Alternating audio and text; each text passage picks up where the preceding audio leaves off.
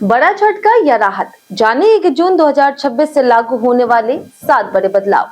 1 जून 2026 से देश में कई ऐसे बदलाव लागू होने की चर्चा है जिनका सीधा असर आम लोगों की रोजमर्रा की जिंदगी, digital payment, banking system, railway यात्रा और घरेलू बजट पर पड़ सकता है। अगर ये बदलाव लागू होते हैं तो हर घर की फाइनेंशियल प्लानिंग से लेकर ट्रांजैक्शन के तरीके तक कई चीजें बदल सकती है। आइए इन्हें विस्तार से समझते हैं कि आखिर क्या क्या नया होने जा रहा और इसका आम जनता पर क्या असर पड़ेगा। तो सबसे पहले बात करते हैं यूपीआई पेमेंट सिस्टम की, जो आज भारत में डिजिटल लेन देन की रीढ़ बन चुका है। नए नियमों के तहत यूपीआई सिस्टम को और सुरक्षित बनाने की दिशा में कदम उठाए जा रहे हैं। अब जब भी कोई व्यक्ति किसी को पैसे भेजेगा तो उसे रिसीवर का बैंक में रजिस्टर्ड असली नाम दिखाई देगा। इसका फायदा यह होगा कि फर्जी क्यूआर कोड, नकली नाम या फिर धोखाधड़ी वाले अकाउंट्स की पहचान आसानी से हो सकेगी। यानी यूजर अब ज्यादा भरोसे के साथ ट्रांजैक्शन कर पाएंगे और डिजिटल फ्रॉड के मामले में कमी आने की उम्मीद है। इसके बाद सबसे जरूरी मुद्दा है एलपीजी सिलेंडर की कीमतों का। हर महीने की पहली तारीख को तेल कंपनियां गैस की कीमतों की समीक्षा करती है। वैश्विक बाजार में कच्चे तेल और गैस की कीमतों में उतार चढ़ाव का सीधा असर घरेलू बजट पर पड़ता है। अंतर्राष्ट्रीय तनाव और सप्लाई चेन में बाधा जैसी स्थितियों के कारण एलपीजी की कीमतों में बढ़ोतरी की संभावना बनी रहती है। ऐसे में मध्यम वर्गीय परिवारों के लिए रसोई का बजट संभालना थोड़ा मुश्किल हो सकता है और हर महीने की प्लानिंग पर असर पड़ सकता है। तीसरा बड़ा बदलाव है पैन कार्ड से जुड़े नियमों में देखने को मिल सकता है। इनकम टैक्स विभाग समय समय पर नियमों को अपडेट करता रहता ताकि पारदर्शिता बनी रहे। नए अपडेट्स के अनुसार कुछ कैश ट्रांजैक्शन लिमिट में राहत दी जा सकती है, जबकि दूसरी तरफ हाई वैल्यू ट्रांजैक्शन जैसे प्रॉपर्टी खरीद बिक्री और बड़े गिफ्ट लेन देन में बैंक को अनिवार्य किया जा सकता है। इसका उद्देश्य टैक्स चोरी को रोकना और बड़े वित्तीय लेन देन को ट्रैक करना है। इससे सिस्टम ज्यादा पारदर्शी बनेगा, लेकिन लोगों को दस्तावेजों को लेकर के अधिक सतर्क रहना होगा। चौथा बदलाव एटीएम से कैश निकालने की प्रक्रिया और शुल्क से जुड़ा हो सकता है।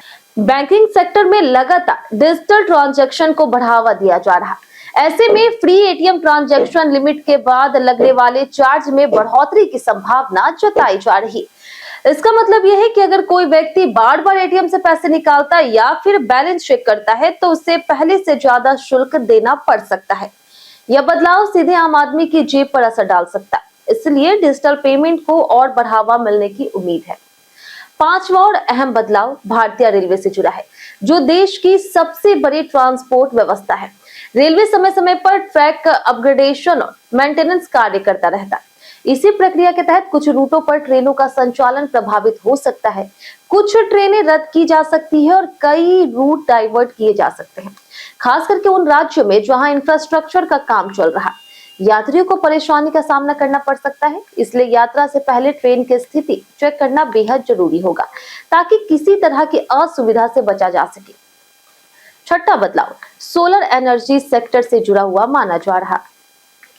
सरकार सूर्य घर योजना जैसे कार्यक्रमों के तहत सोलर पैनल को बढ़ावा दे रही, लेकिन अब नियमों को और सख्त किया जा सकता है, जिसके तहत केवल सरकार द्वारा अप्रूव्ड ALMM लिस्ट में शामिल सोलर पैनल ही इंस्टॉल किए जा सकते। इससे गुणवत्ता बेहतर होगी, लेकिन शुरुआती लागत में थोड़ी बढ़ोतरी भी देखने को मिल सकती है। हालांकि लंबे समय में यह कदम ऊर्जा सुरक्षा और टिकाऊ विकास के लिए फायदेमंद साबित हो सकता है। सातवां और आखिरी बड़ा बदलाव है बैंकिंग सेक्टर में फिक्स डिपॉजिट यानी कि एफडी की ब्याज दरों को लेकर के। आरबीआई की मौद्रिक नीति और बाजार की स्थिति के आधार पर बैंक समय समय पर एफडी की ब्याज दरों में बदलाव करते। कुछ पुरानी स्कीम्स बंद हो सकती है और नई स्कीम्स में बेहतर ब्याज दरें भी दी जा सकती है। इसका असर उन लोगों पर ज्यादा पड़ेगा जो अपनी बजट को सुरक्षित निवेश में लगाना पसंद करते हैं। निवेशकों को अब पहले से ज्यादा सतर्क होकर के बैंक स्कीम्स की तुलना करनी होगी। कुल मिलाकर के देखा जाए तो यह सभी संभावित बदलाव आम जनता के वित्तीय जीवन सीधे जुड़े हुए हैं। कहीं सुरक्षा बढ़ाने की कोशिश है तो कहीं नियमों को सख्त किया जा रहा। ऐसे में जरूरी है कि लोग समय रहते इन बदलाव को समझें और अपनी फाइनेंशियल प्लानिंग को अपडेट करें। जागरूक रह के ही आप अपने पैसे की सुरक्षा कर सकते हैं और किसी भी तरह की आर्थिक परेशानी से भी बच सकते हैं।